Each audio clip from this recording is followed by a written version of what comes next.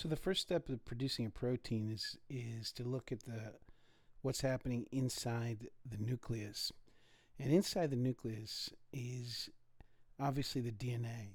And within the DNA are these regions that we call genes. And we've been discussing this for a long time now. So I'm assuming, in fact, I know that most of you understand the concept that there's a coding region here that makes something happen, a trait. We learned it as a trait.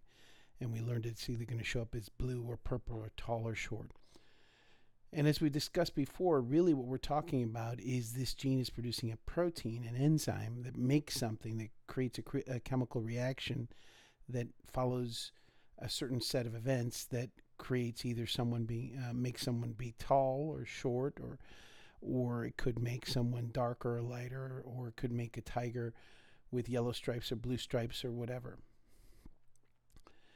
So this gene sits within the DNA, and in the beginning of this gene, in this place, right about, let's see here, if this is the coding strand, obviously there's going to be two strands. One strand is going to be the coding strand, and the other the template strand. The template strand is the side that is going to produce the RNA is going to attach to. And obviously, if you're looking at this, if you think about it for just a second, if you have AUG on this, or let's say ATT here on the DNA on this end, here's going to be the opposite side. Now, I know this might be a bit of a twist, but think about it. What would the RNA then be that's matching up with the DNA here? Which would it be identical to? Would it be identical to the template strand, or would it be identical to the coding strand? It'll be identical to the coding strand, because if you think about it, this is opposite. If there's an A here, there's going to be a T here. If there's going to be a T here, there's going to be an A here, a G here, there's going to be a C here. And so as the RNA matches up, it's going to match this end. It's going to be identical to the coding strand, and it's going to match up with the template strand. That's not as important as understanding that what we're doing here is taking the DNA message, a message in the DNA, and making it into an RNA molecule. Remembering that RNA has U instead of T. Remember that it's single-stranded, it's not double-stranded. Now, where do we know that the beginning of the gene is? How does the RNA polymerase know where the beginning of this gene is? Where does it match up? Well, we call this area the promoter region, and the promoter region is up here somewhere, where these factors, these protein and factors, bind to the DNA, attracting the RNA polymerase. So there's a promoter region here. This is important for manipulation of genes, turning genes on and off. We can turn the promoters on and off. Or we can there's a bunch of ways we can stop the DNA from producing a protein, but this is one big one. We can turn the promoters down. So the promoter is the area that attracts the RNA polymerase and turns the gene on. Once the gene is on, obviously you have a protein that unwinds it. The RNA polymerase reads the code on the template strand and produces an RNA strand that is identical to the coding strand. Now, these are just names. Obviously, this is one DNA molecule that's matched up with this DNA molecule. They're not identical, right? They're opposite. So if this is A, this is T. If this is G, this is C. So this continues on until you get to the termination sequence, which is downstream somewhere. So down here somewhere it says stop, and that's where the RNA polymerase stops producing RNA, and it falls off. The DNA closes up. This mRNA is still not complete. What you have here is an RNA strand, and we call it a messenger RNA strand. It's the first of the 3 different kinds of RNAs that you must know. RNA, mRNA is sitting there. We call this a pre-mRNA because we're not done making it yet.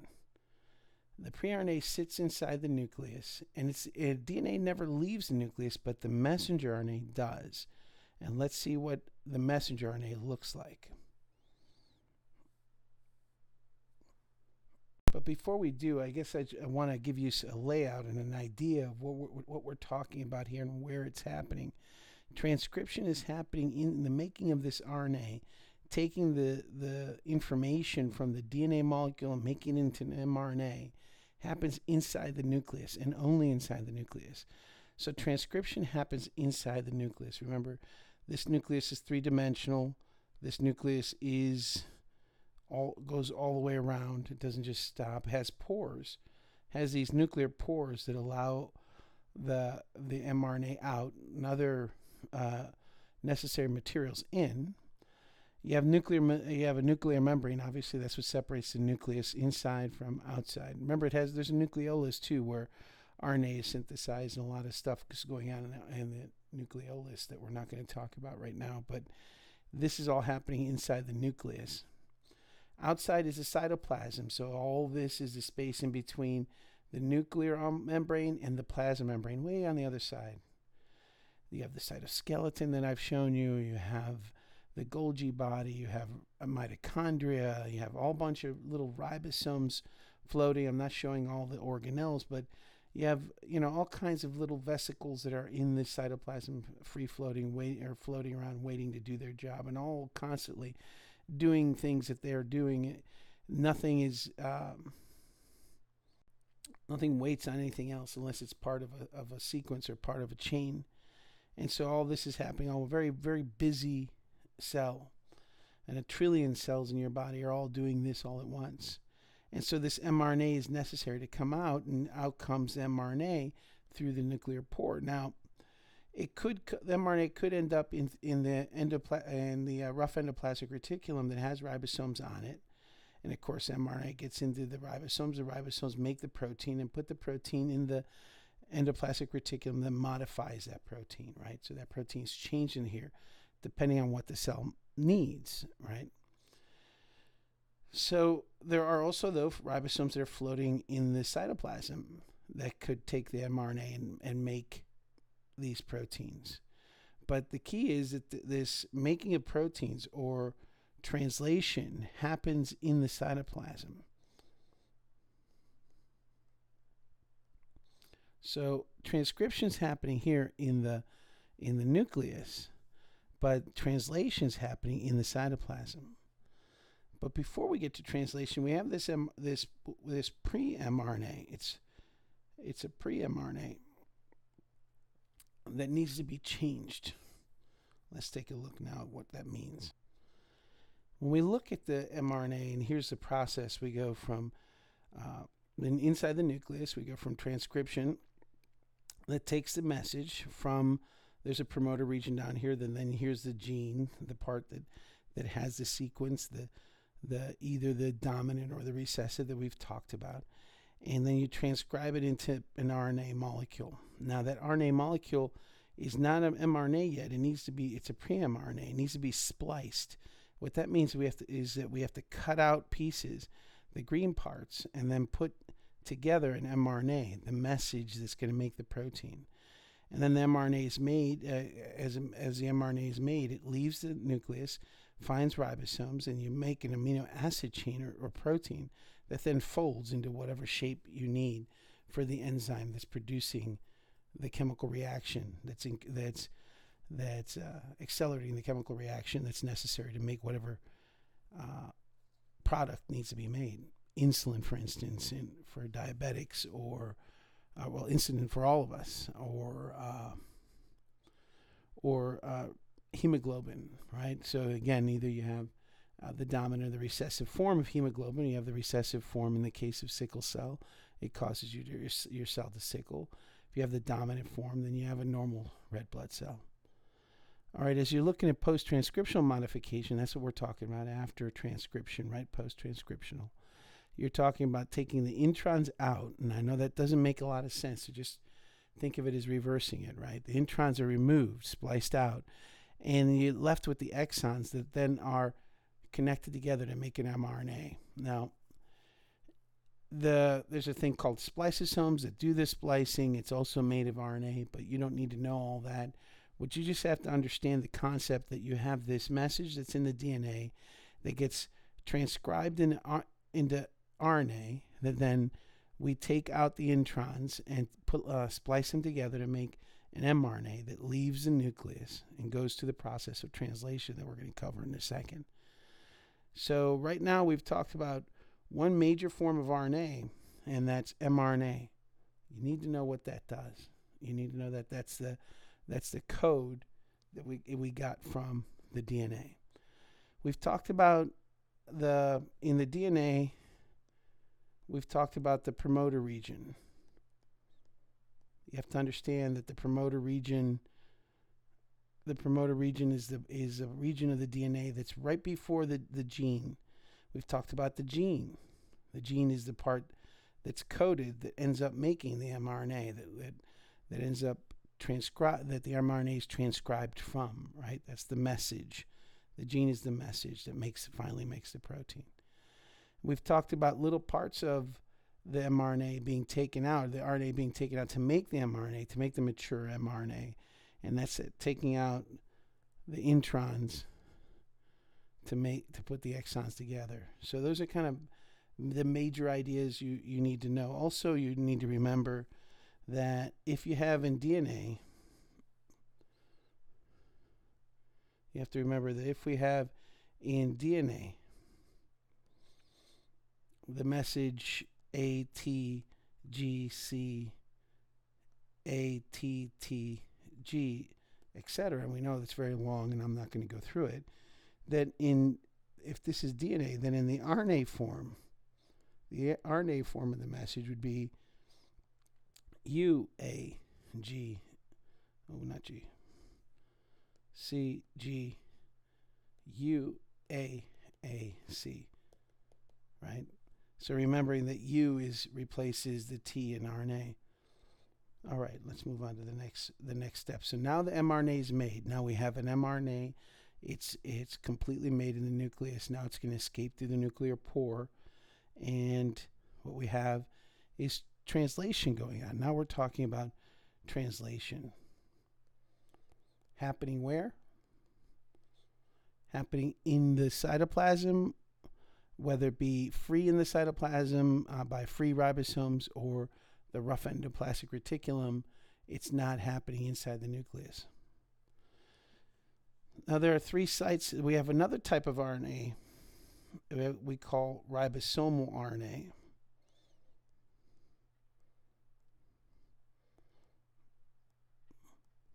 Now, ribosomal RNA acts as an enzyme, and its function is an enzyme.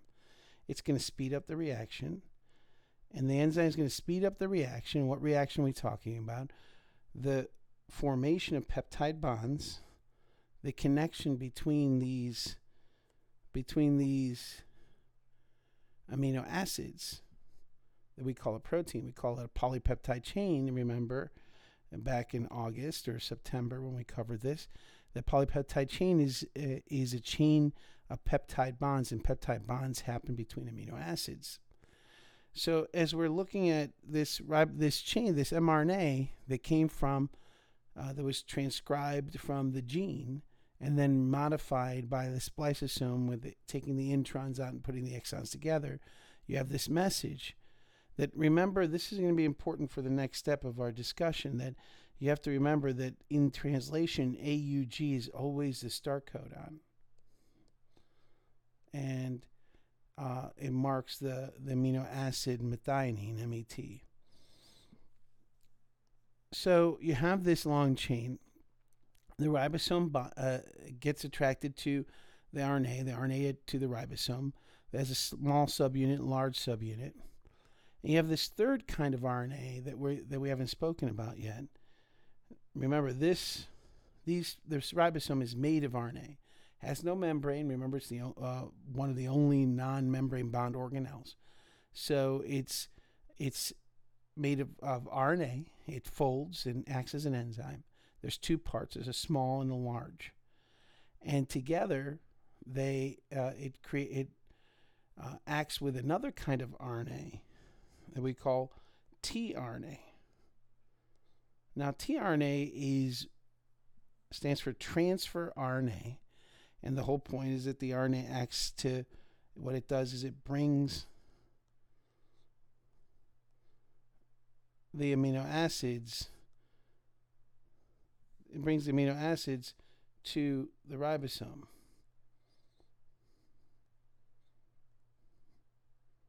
Now, obviously, it's not going to be some kind of random event. We don't want it to be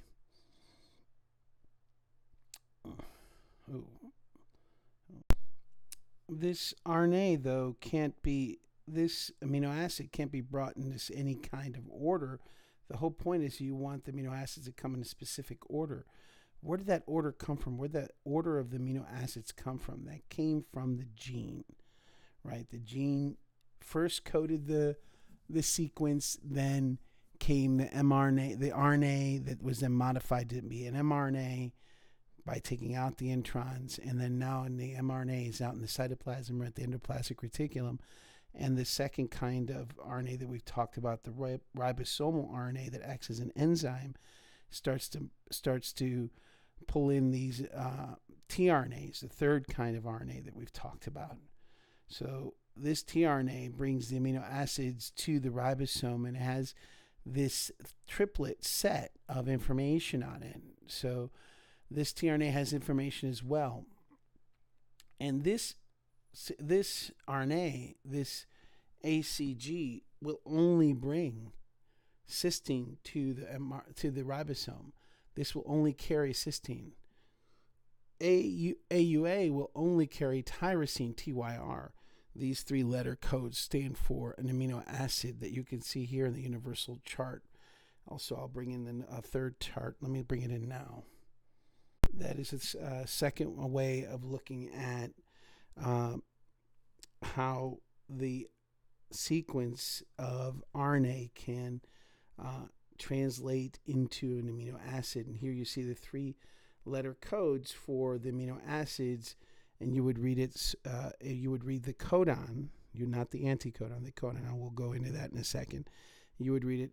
You would start with AGG, which would be arginine, and AAG would be lysine, and ACG would be threonine, etc. Now, there might be a bit of a confusion here in this idea of what is this anticodon and codon, and a codon is this three-letter. When I say letter, I mean these letters represent a nucleotide. The three-letter sequence, and as you can see here, it would be G, G, and U. And it all starts, and the key is that it all starts with AUG. Be AUG, and then after the first AUG, then everything after that, every three letters is a codon. So AUG is a start. That's how we start. And then if you have, for instance, GU, and then that'll be an amino acid. We'll read what amino acid it is in just a second. And then you might have UCA. That would be another amino acid, etc.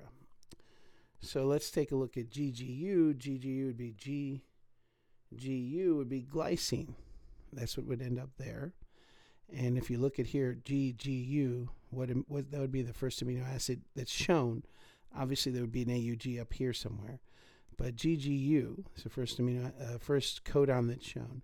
There's an anticodon. What would it be? CCA. There's CCA. And that would have been the first. It would have brought the first amino acid. Which one was it? It was this glycine. Then the next one would be the next codon would be UCA, which would have what anticodon? AGU. So it'd have to be matching AGU.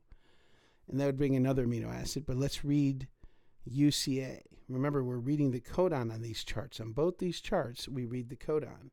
So UCA, I'm sorry, let's do that again. UC and then A would be serine. Over here, you'd read it the first codon would be U, C, and then A would be serine. So SER is the next one. There it is. So you see how it matches up. And it continues to match up. So these tRNAs, all they're doing is bring amino acids. Notice they leave the amino acids. They leave. They go pick up another amino acid. What amino acid is this one going to pick up? It always picks up glycine. What amino acid does this pick up? Always picks up serine, etc. So these tRNAs have high fidelity. They only pick up their particular amino acids. However, the codons can code, as you can see. There can be different codons that service different tRNAs. And so there could be more than one tRNA. In fact, let's take a look at it. Serine has 4 tRNAs that carry that particular amino acid. UCU, UCC, UCA, and UCG all code for serine. So that means there's 4 tRNAs out there with an opposite anticodon that carry serine. There's 2 that carry phenylalanine. That's what PHE stands for. 2 for leucine. There's isoleucine, has 3 of them. Look at this. Methionine only has 1. If you look at it, methionine and, let's see, tryptophan only have one tRNA that carries it. See, that makes sense that's the one that starts the process, since it only has one tRNA that carries that particular amino acid. So you move forward and you get to until that mRNA keeps making that protein, that chain. And remember what we're talking about, polypeptide, I should say. It keeps making that polypeptide until you get to the stop codon. So it continues to do its job until it gets to the stop codon. Once it gets to the stop codon, any one of these 3, then the machinery stops and falls apart, because these 3 carry not an amino acid, but a factor that makes the ribosome fall apart. All right.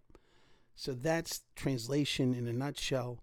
Remember that there have to be at least, that there's 20 different amino acids, and we have to count for all 20 in the translation process. If we take a look at it, 1, 2, 3, 4, 5, 6, 7, 8, 9, 10, 11, 12, 13, 14, 15, 16, 17, 18, 19, 20, 21, and 22. There's 23.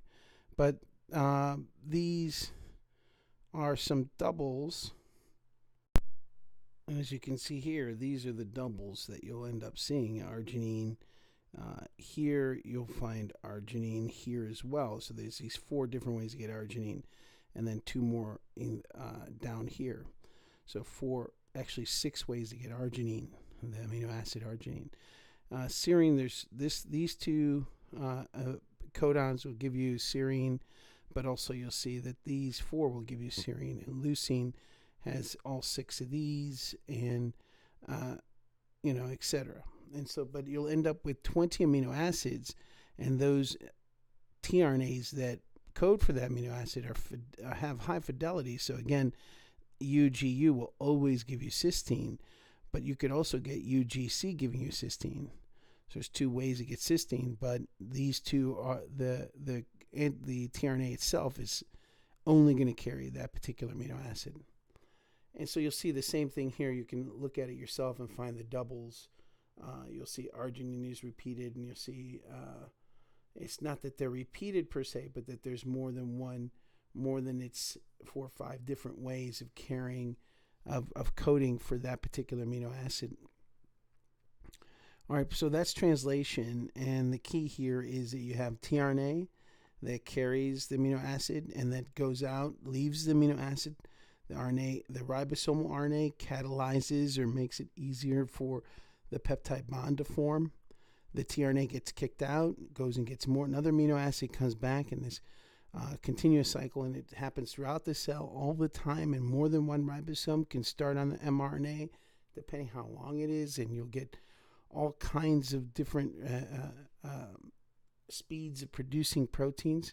For instance, if you could imagine sugar, you eat a candy bar, that stimulates the production of a protein known as insulin, and that insulin molecule then released by the pancreas starts your cells to produce other proteins that allow sugar into the cell, and that's an immediate impact. Within hours, your cells throughout your body are allowing a lot of glucose in, And that happens because of a signaling process, but it also happens because protein synthesis, transcription, and translation is occurring at the cellular level throughout your body, and allowing these proteins these transporter proteins to allow sugar into your cells. Otherwise, the cells would stay inside your bloodstream. So I just want to show you this, just to think about what this means.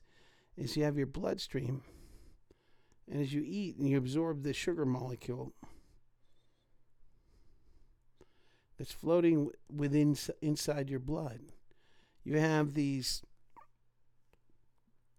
all these cells that are lining your bloodstream. They're all in, you have an organ called the pancreas. And the pancreas sits, and the shape is bad, but in any case, these blood vessels, and it releases this protein called insulin. Now, it makes this molecule. Well, how does it make this molecule? Through transcription and translation, right?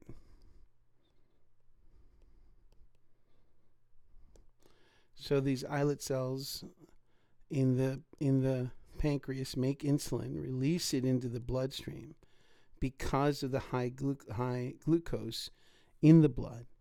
The insulin then goes and gets inside the cell, and as it starts, it actually binds to the outside of the cells and starts a chain reaction that stimulates the nucleus inside each of these cells to start another protein synthesis